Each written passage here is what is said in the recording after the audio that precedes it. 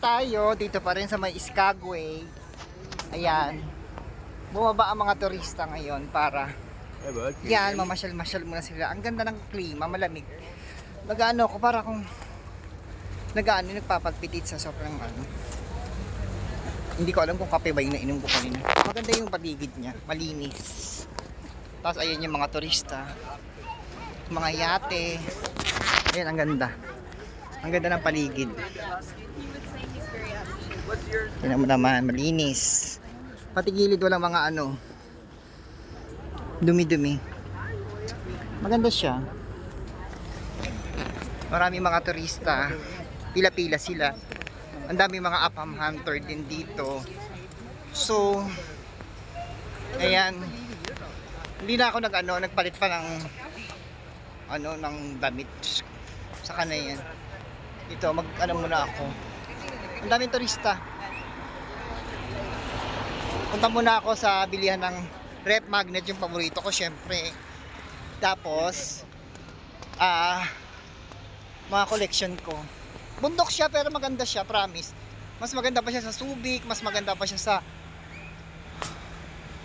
meron siyang meron din siya doon na parang hindi siya, parang train talaga siya. Tapos gate to the interiors. Yan yung mga nagpasimula. Gold rush ng National Historical Park nung araw. Ayan siya. Sinasabi rin na taas yung mga puno, ang fresh, yung mga kahoy, ang ganda. Punta tayo dito para makita ninyo. Napunta naman ako sa may likod ng bahay na to. Meron silang available dito na ayan Independent Tour Sales, M&M Tours, locally owned by operated since 2000. Ayan yung mga turista.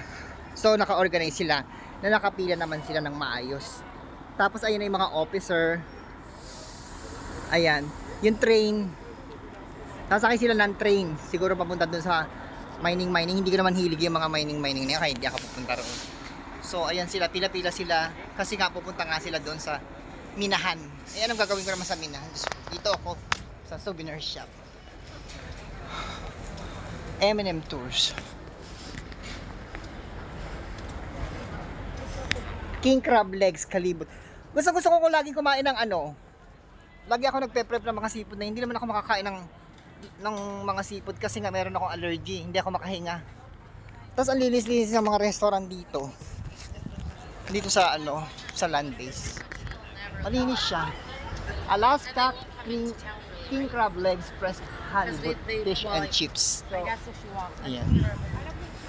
Ang mga amiga kong chismosa nandyan. Tapos Salty Siren Eat and Pop House. So pupunta ako doon sa may mga halaman nila maganda, maayos. Nasobrang ko ng yung gupit yung gilid ko. Pero okay lang. Sobrang malamig siya. Na ako. Nangangatog ako sa lamig pero titiis ko lang. Where's the souvenir shop here? Souvenir shop? Oh, they're all over all the way. Oh, okay. How many minutes? 5 to 10. Okay, thank you. I have to walk 5 to 10 minutes to the town daw, sabi nila. Ang ganda ng mga ayun na yung train City Center, 1 dash mile. Ayun yung train, mag-aano sila sa train, sasakay sila. Tapos yung mga trains nila, dala-dala rin naman nila. Ang daming mga turista. Naglalakad sila. Mga egoy. Mga halaman ang gaganda dahil sa klimat. Wala kang makita mga upos ng sigarilyo, mga baso-basura sa may gilid. Ayan, napakalinis, promise. Malinis. Yung mga ibang crew, ayan, tinan mo, mahilig sila sa mga ganyan na mga yung sasakyan na parang bahay. Tapos yung iba ditong napapansin kong mga establishment nila, masyadong sarado. Ayan mga bus yung parang bahay nila, o mga panghakot nila, may mga yate-yate sila. Port of Skagway, Alaska. Hi sir. Yan yung mga nila yung mga passenger. Yan, namamasyal sila rito. Mga bus. At fresh na mga halaman.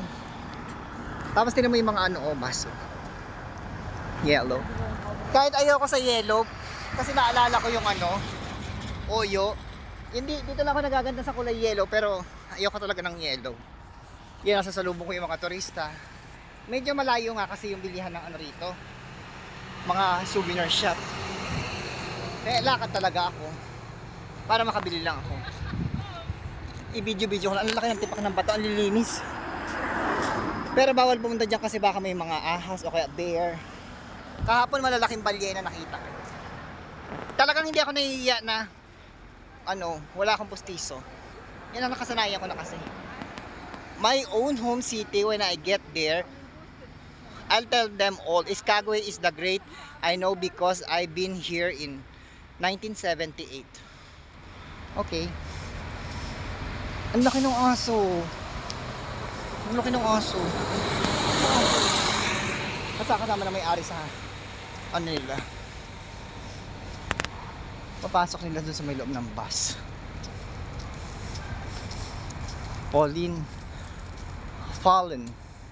Fallen Creek. Ayoko naman ng creek. Anong gagawin ko sa mga bangil-bangil? Creek. Yan ang mga hilig nila. Creek. Anong gagawin ko dyan? Yan. Pagbalik natin, magpipicture tayo dito sa may mga yan, yung mga na yan, Yan. Fallen Creek, RV Park, skagwaypark.com. Explore Skagway, Alaska. Ganyan.